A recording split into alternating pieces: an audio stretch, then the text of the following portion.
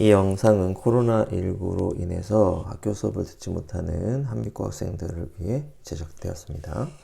자, 안녕하세요 여러분. 오늘은 물질대사 건강 파트 강의하도록 하겠습니다. 여기는 그렇게 어려운 내용이 전혀 없고요. 그냥 일반적인 내용, 한번 읽으면 다 이해되는 내용들입니다. 중요한 부분 체크하고 넘어가도록 할게요. 자, 뭐가 중요하냐? 요 단원에서는 에너지 균형의 필요성, 요거 공부하고요. 그 다음에 물질 대사와 관련 있는 질병이 무엇인가. 그러면 이를 예방하기 위해서 우리는 어떤 생활 습관을 가져야 하는가. 이런 것들에 관해서 이야기해 보도록 하겠습니다. 자, 먼저. 자, 우리는 에너지를 음식물로부터 얻죠? 그렇죠? 그리고 이 에너지는 여러 가지 생명 활동을 하는데 사용됩니다. 그러니까 두 가지가 중요한 거야. 얼만큼 에너지를 섭취하는가. 그렇죠? 섭취하는 에너지량. 또 얼만큼 에너지를 소비하는가. 활동으로 소비하는 에너지량. 이 둘이 당연히 균형이 이루어져야겠죠. 그래서 이 밑에 그림을 보면 자, 섭취량과 소비량의 균형을 이뤘을 때 우리가 건강을 유지할 수 있고, 그러면 섭취량이 소비량보다 더 크면 그러면 남는 에너지가 존재하겠죠. 이 남는 에너지를 우리 몸은 지방으로 전환해서 저장하게 된다고. 그러니까 피하 지방이 자꾸 늘어나죠. 그렇죠? 그리고 내장 지방도 자꾸 늘어납니다. 몸무게가 증가한다고. 그래서 체중 증가를 일으키게 되는데 이 체중 증가가 계속되면 비만이 되겠죠? 그렇지? 비만은 각종 대사성 질환 내 원인이 됩니다. 당뇨병이나 고혈압, 고지혈증 이런 것들이에요. 그리고 이 대사성 질환이 계속되면 이거는 심각한 합병증을 일으키게 될 수 있고요. 이 합병증으로 인해서 건강을 잃거나 아니면 목숨을 잃게 될 수도 있다라고 하는 거죠. 반대로 에너지 섭취량은 적은데 소비를 많이 해. 이런 경우에는 에너지 부족 현상에 시달리게 되겠죠. 그럼 에너지가 부족하니까 부족한 에너지를 우리 몸에 저장해 놨던 탄수화물, 단백질, 지방들을 꺼내서 쓰게 됩니다. 그러면 몸무게가 줄어요. 체중이 감소하고요. 그리고 특히 우리 몸에서 단백질이 줄어들기 때문에 장기가 손상될 수 있습니다. 그리고 이 손상된 장기는 다시 회복되지 않는 거죠. 굉장히 위험한 상황이 될 수 있어요. 무리하게 다이어트를 하는 사람이, 그치? 다시 건강을 돌이킬 수 없게 그렇게 악화되는 경우가 있다라고 하는 거죠. 그리고 영양실조 오겠죠? 성장 장애도 일어나게 될 겁니다. 이런 일들이 일어나게 된다. 그 말이 여기 이렇게 텍스트로 나와 있는데 한번 읽고 넘어갈게요. 우리 몸은 그림과 같이 섭취한 음식물에서 얻은 에너지량이 활동으로 소비한 에너지량보다 많으면, 그렇죠? 사용하고 남는 에너지를 지방의 형태로 저장합니다. 체중이 증가하죠. 그렇지? 그래서 체지방이 지나치게 쌓이면 뭐가 돼? 비만이 됩니다. 그리고 섭취한 음식물에서 얻은 에너지량이 활동으로 소비한 에너지량보다 적으면 반대죠. 그렇죠? 그러면 저장된 지방이나 근육의 단백질을 분해해서 에너지를 얻죠. 체중 감소하게 되고 영양실조가 올 수 있고 성장 장애가 올 수 있다. 이런 얘기가 되겠습니다. 자, 다음으로 넘어가 볼게요. 그러면 우리는 이 에너지의 균형을 이루기 위해서 어떻게 된다? 자신이 하루 동안 섭취하는 에너지가 얼마나 되는가 계산해 보자. 보통 인터넷에서 이런 표 찾을 수 있는데요. 대략적으로 내가 먹는 음식을 통해서 얼마만큼의 칼로리를 하루에 섭취하는지 계산해 볼 수가 있겠죠. 그렇지? 그래서 한 2000에서 3000 사이 그 정도가 적정량이라고 볼 수가 있고요. 그 다음에 자신이 하루 동안 활동하는 내용과 시간을 기록해서 그 다음에 이 표에 근거해서 하루 동안 소비하는 에너지량을 계산해 봅니다. 이거는 운동생리학이라는 교과서에 나오는 건데요. 이건 평균값이겠지? 개개인마다 개인차가 있기 때문에 대략적으로 그치? 어느 정도인지 알아볼 수가 있습니다. 이건 뭐 똑같은 운동을 한다면 남자가 여자보다 더 많이 에너지를 소비하고요. 그치? 그 다음에 나이가 많은 사람보다 젊은 사람들이 더 많은 에너지를 소비하게 됩니다. 이때 단위를 좀 주목할 필요가 있어요. 킬로칼로리 퍼 킬로그램 아워. 이 킬로그램과 아워가 분모에 있는 거잖아. 킬로그램은 뭐야? 단위 몸무게가 되겠죠. 1kg. 왜냐면 사람마다 몸무게가 다 다르잖아. 어떤 사람은 60kg 나가고 어떤 사람은 80kg 나가잖아. 그러니까 이 60kg 나가는 사람이나 80kg 나가는 사람이나 다 적용될 수 있는 수치를 우리가 제공하려면 단위 몸무게당 에너지 소비량 이거를 우리가 기본 단위로 사용해야 되겠죠. 그 다음 요거는 뭐야? 아우어 단위 시간 1시간이죠. 그렇죠? 그래서 사람마다 하루 동안 잠자는 시간, 하루 동안 식사하는 시간 다 다를 수 있잖아. 그러니까 단위 시간으로 수치를 제공해 줘야 모든 사람들이 이 수치를 사용할 수 있겠지. 그래서 이렇게 사용한다는 거야. 그러면 만약에 어떤 사람이 잠을 하루에 8시간 잤다. 몸무게는 60kg이다. 그럼 이 사람이 하루 동안 잠으로 소비한 에너지를 어떻게 계산할 수 있을까요? 그렇지? 0.9 킬로칼로리 퍼 킬로그램 아워가 에너지 소비량인데 몇 시간 동안? 8 아워 동안. 그리고 몇 킬로그램? 60kg. 이렇게 될 거야. 그럼 킬로그램 약분되고 아워 약분되니까 결국은 뭐 남는다? 킬로칼로리만 남겠죠. 이런 식으로 계산할 수 있습니다. 그럼 하루 24시간이니까 잠자기 7시간, 식사하기 2시간, TV 보기 2시간, 이야기하기 2시간, 공부 9시간, 서있기 1시간, 빨리 걷기 1시간 이렇게 했다면 다 합치면 몇 시간이 돼야 돼? 24시간이 돼야 하루 동안 에너지 소비량을 우리가 계산할 수 있겠죠? 그럼 어떻게 하면 되겠습니까? 그렇지. 7 곱하기 0.9 더하기 2 곱하기 1.6 TV 보기 2 곱하기 1.1 이런 식으로 쭉 계산하면 됩니다. 이걸 다 묶어서 곱하기 얼마? 몸무게. 이렇게 계산하면 하루 동안 소비하는 에너지량이 나오게 됩니다. 그래서 요거 계산해 보고 그렇죠? 섭취한 에너지 계산해 봐서 이게 어느 정도 맞아야 된다. 물론 똑같이 맞출 필요는 없죠. 그렇지. 어떤 날은 좀 남고 어떤 날은 좀 모자랄 수도 있겠지. 그러면 평균이 비슷하면 된다. 그러면 균형 잡힌 에너지 균형을 이룰 수가 있게 된다. 이런 얘기가 되겠습니다. 다음, 그러면 우리는 이런 에너지 소비량을 뭐라고 부르냐면 대사량이라고 불러요. 그 중에서 아무것도 하고지 않아도 숨쉬고 심장박동하고 체온 조절하고 물질 합성 다시 해서 뭐 하기 위해서 생존 생존을 유지하기 위해서 생명을 유지하기 위해서 하는 최소한의 에너지량이 있단 말이야. 그래서 생명활동을 유지하는 데 필요한 최소한의 에너지량 뭐라고 불러요? 기초대사량이라고 합니다. 그리고 우리가 공부, 운동 등의 활동을 할 때 소모되는 에너지량 이걸 뭐라고 합니까? 활동대사량이라고 하죠. 일일 대사량 중 기초대사량이 60에서 70%를 차지합니다.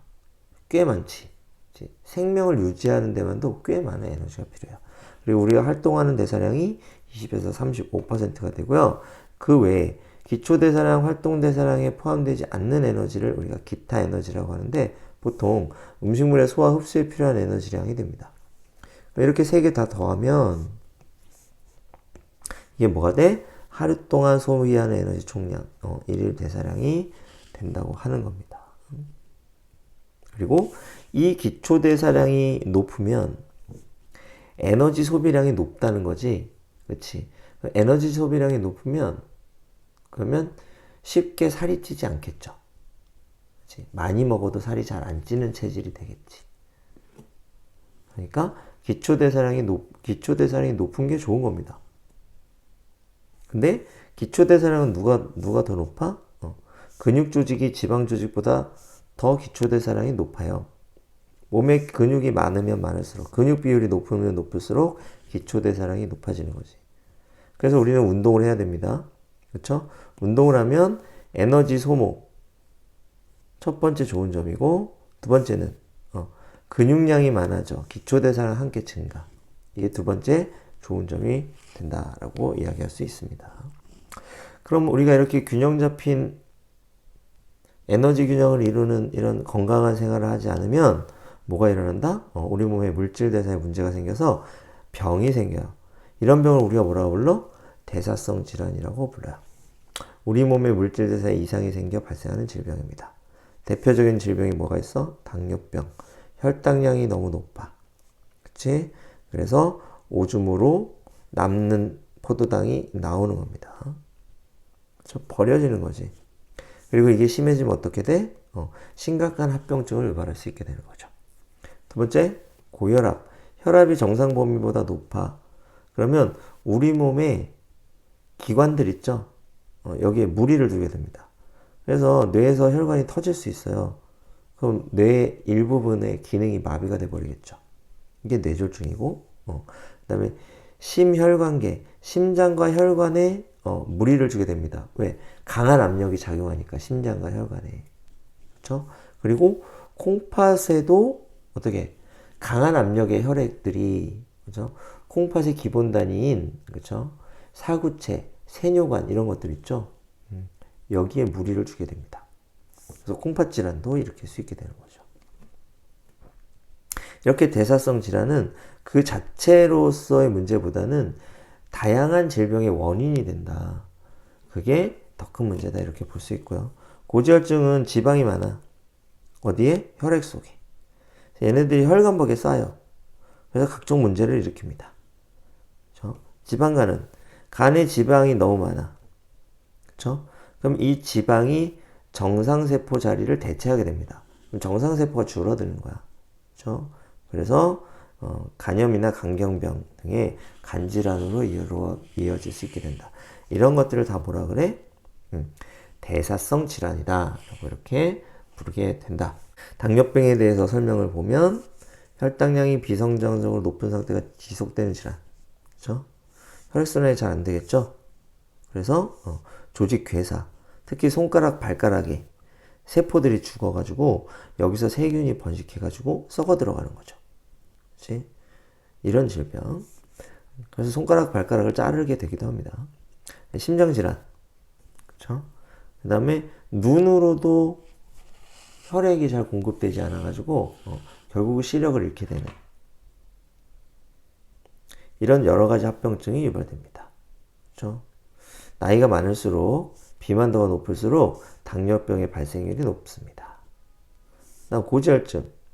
혈액에 콜레스테롤이나 중성지방이 너무 많아. 그렇지? 이거 꼭 필요한 거거든. 콜레스테롤. 중성지방도 마찬가지. 근데 너무 많으면, 농도가 지나치게 높으면 혈관에 무리를 주게 됩니다. 그래서 동맥 경화. 이렇게 동맥에 지방이 쌓여가지고 좁아지는 거지. 그러면 얘네들이 굳어서 딱딱해지고 좁으니까 압력은 올라가겠죠. 그러니까 혈관에 무리. 그렇죠? 막히거나 또는 얘네들이 깨지거나 이런 일들이 일어나게 되는 거야. 그래서 심혈관계 질환, 심장에 있는 혈관에 문제가 생기면 요거, 뇌혈관에 문제가 생기면 뇌혈관 질환 이런 것들이 발생할 수 있게 됩니다. 원인은 주로 운동 부족. 그렇지? 운동을 해야 물질 대사가 활발해지겠지? 운동 부족. 영양 과잉. 그렇죠? 쓰는 것보다 섭취하는 게 너무 많아. 이런 생활 습관과 연관이 있습니다. 그러므로 이 심각한 합병증, 젊었을 땐 잘 모르지만 젊었을 때 막 싼 대가를 여러분들이 나이 먹으면 그 대가를 치르게 됩니다. 그래서 젊어서부터 관리하는 것이 중요한 거죠. 그래서 미리 예방, 어떻게 균형 잡힌 식사, 규칙적인 운동, 그렇죠? 하루 세 끼 어떤 식사? 균형 잡힌 식사. 맛있는 것만 먹지 말고 몸에 좋은 거 골고루 먹어라 이런 얘기도 있고, 그렇지? 그다음에 지나치게 열량이 높고 한 가지 영양소로만 되어 있는 그런 음식들.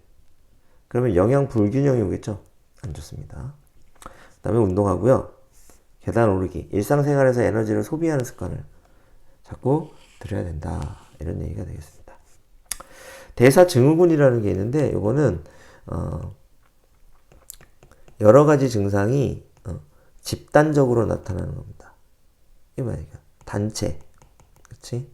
집단을 의미해요. 구는, 그렇지? 그러니까 여러 가지 증상. 봐봐, 높은 혈압, 높은 혈당, 높은 중성지방 이런 것들이 한 사람에게 동시에 나타나는 거야. 그렇지? 복합적인 거죠. 이런 증상이 여러 가지가 동시에 나타나는 건 대부분 원인도 여러 가지가 있겠지. 그래서 원인이 한 가지가 아니라 여러 가지. 증상도 여러 가지. 이런 겁니다. 원인을 한 가지로 특정하기가 어렵죠. 그치? 원인을 찾기도 어렵고. 그죠? 그래서 종합적으로 건강관리를 해야만 좋아질 수 있는 거야. 그래서 과식, 운동 부족, 복부 비만, 스트레스 유전 이런 것들이 다 원인이 될 수 있고 뭐가 직접적인 원인인지 알아내기가 어렵습니다. 그렇죠? 이것 때문에 여러 가지 증상이 동시에 나타나는 거지. 이걸 뭐라고 부른다? 대사증후군이라고 합니다. 이 대사증후군은 원인이 정확하지 않죠. 이게 다 원인이 될 수 있으니까. 하지만 공통적인 특징이 뭐였어? 대부분 복부 비만이 있다라고 하는 거고. 그렇죠? 또 이 복부 비만 때문에 인슐린 저항성이 생겨. 그럼 인슐린이 분비는 되는데 인슐린이 효과를 발휘하지 못하는 거야. 그러면 당뇨가 되겠죠. 그래서 인슐린 저항성은 인슐린의 신호에 세포들이 반응을 안 하는 거야. 그렇죠? 그러면 근육세포나 지방세포에서 포도당을 잘 흡수하지 않아서 혈당이 높아져. 그렇죠? 그리고 복부에 있는 지방 조직들이 혈압을 높이고 이래서 여러 가지 대사성 질환이 동시다발적으로 나타나게 된다는 겁니다. 따라서 대사증후군은 어떻게? 빨리 알아내고 꾸준히 관리하거나 아예 발생하지 않도록 예방하는 것이 매우 필요합니다. 그렇죠? 그럼 어떻게 해야 돼? 신체 활동량 늘려. 그렇죠? 청소년들은 신체 활동량을 늘리지 않아도 아직 젊고 건강하기 때문에 몸이 나빠지는 것을 잘 못 느낍니다. 하지만 이러한 대가를 나이 먹어서 치르게 되는 거죠. 그러니까 여러분들 청소년기 때 운동 많이 해야 됩니다. 활발하게 움직여야 돼요. 잠 많이 자고 맨날 앉아만 있고 맨날 누워만 있고 그러면 안 된단 말이지. 그 다음에 식사를 어떻게 해? 균형 잡히게 해야 돼. 여러분들은 편식하고 그래도 몸이 나빠지는 걸 잘 알지 못해요. 하지만 그 대가는 나이 먹어서 치르게 된다는 거지. 그렇죠? 그래서 적절한 에너지를 섭취하여 대사증후군의 가장 근본적인 원인으로 여겨진 복부 비만을 예방하는 것이 중요하다. 이렇게 볼 수가 있겠습니다. 자, 이렇게 해서 물질대사 단원을 모두 마쳤어요. 그렇지? 자, 여기까지는 비교적 그렇게 어렵지 않은 내용들. 여러분들 문제집을 풀어봐도 쉽게 풀릴 겁니다. 그렇지? 그리고 요 다음 단원 항상성과 몸의 조절부터는 조금 어려워지기 시작합니다. 그래서 여기까지 마무리 하시고요. 다음 단원도 열심히 한번 공부해 보도록 합시다. 자, 오늘 강의는 여기까지.